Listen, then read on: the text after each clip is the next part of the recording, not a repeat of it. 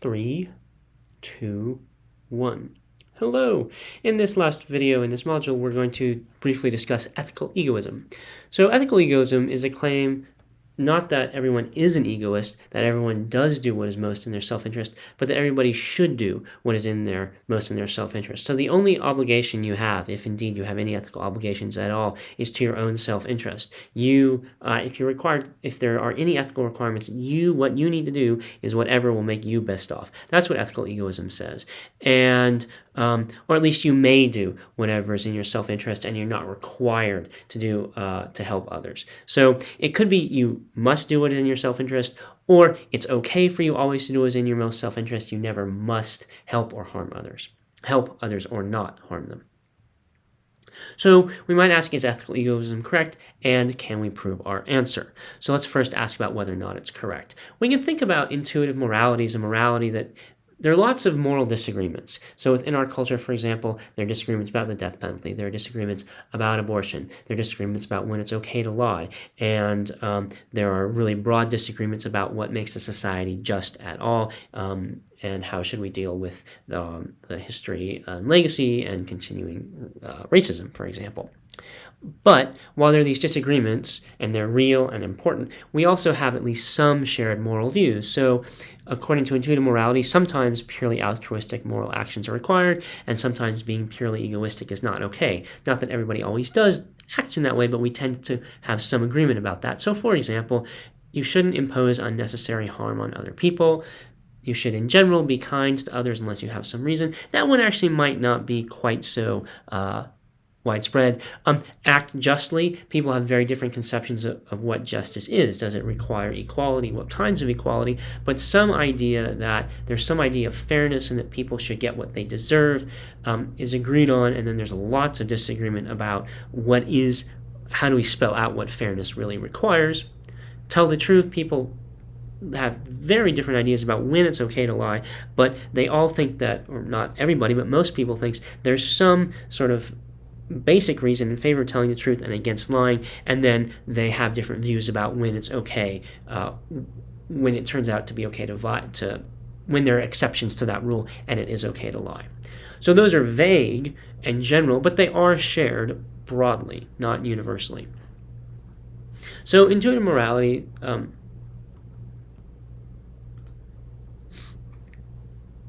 so we can say these two things then. If ethical egoism is true, purely altruistic actions are never morally required. You never have to do them morally. And purely egoistic actions are always okay. That's what ethical egoism says, at least. Maybe it says their egoistic actions are always permitted or required, but they're at least always okay to pursue what is in your self-interest, whatever the impacts on others may be. Whereas, according to intuitive morality, that's not true. Sometimes we need to be altruistic at our own cost, and sometimes we're not allowed to sacrifice others' interests in pursuit of our own self-interest. So there's this disagreement between ethical egoism and what we might think of as sort of basic intuitive morality. So given that fact, given that those two views about morality disagree, we can see that those two views are incompatible, right? One says you can always act egoistically, and the other says you cannot. And so they disagree. Not to say which one is correct. We might then go on to say, in fact, intuitive morality is correct. At least sometimes purely altruistic acts are ethically required and purely egoistic actions are not permitted. And in that case, we could conclude that ethical egoism is incorrect. So there's an argument, and the first two premises, the ones in blue about what ethical egoism and intuitive morality, what they say, I think those aren't sort of absolutely certain, but I think we can be fairly confident in those.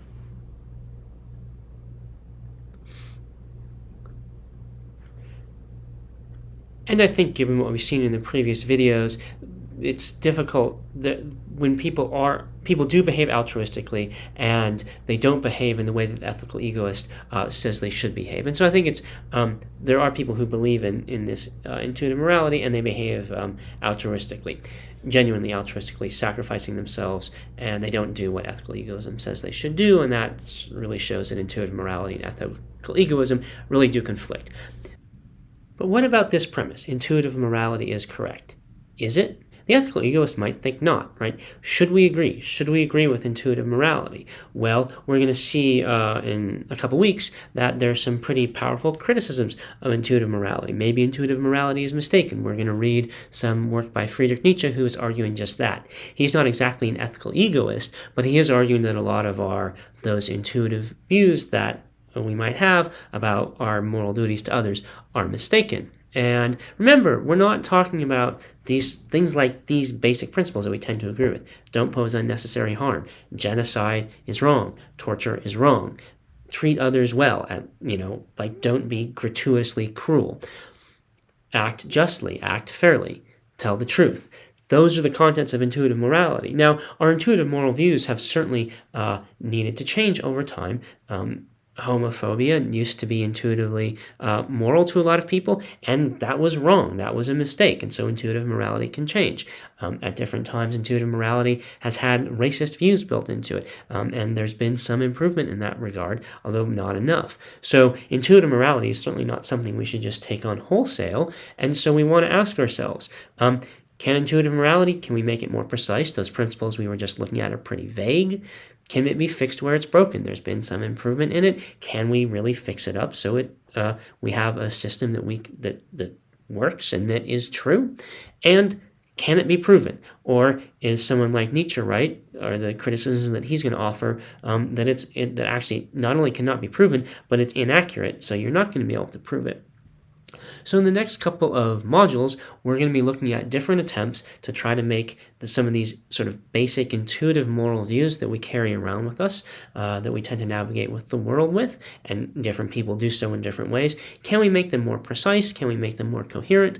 Can we fix them where they're broken? And can we prove them? So those are the sorts of issues that we're going to be getting into as we proceed in the next several videos or modules. So we're going to be assuming, the authors we're going to be reading are going to be sort of assuming intuitive morality is probably accurate and ethical egoism is inaccurate, and part of what they're going to do is try to sort of just make intuitive morality, clean it up, but they're also going to try to actually argue for it, or argue for their cleaned up version of it, and try to establish that ethical egoism is in fact false, and so we'll have to see how do they do.